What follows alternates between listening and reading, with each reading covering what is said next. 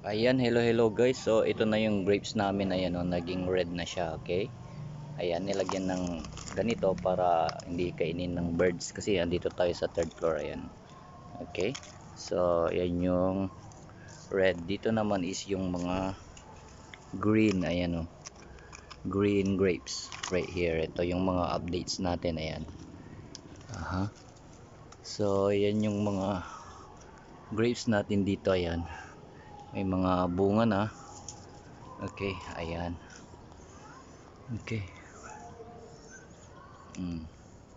Ayan, dito naman is yung oranges, ayan.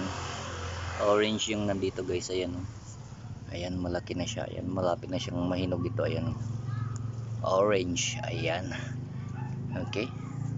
Ayan, ito naman is yung apple tree ko, ayan. Okay, ito yung apple tree. Okay. Ayan, ganyan yung itsura ng apple tree, guys. Okay, dito ito sa Pilipinas. Okay. Grown from seed ito, guys. Ayan. Okay. Ayan, ito yung apple tree natin. Okay. Ayan. Okay.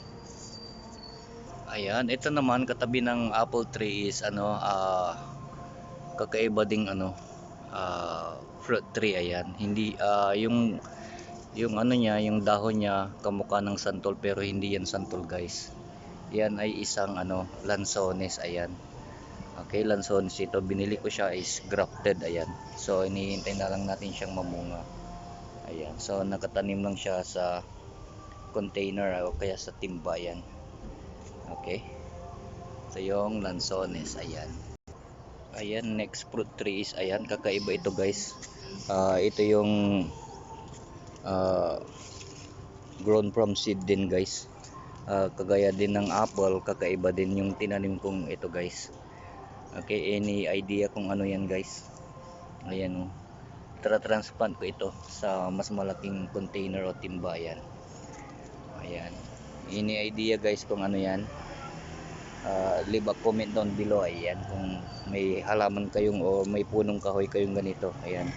Fruit bearing tree ito guys. Bihira sa Pilipinas ito guys. Okay, ayan. Thank you for watching. Please like and follow.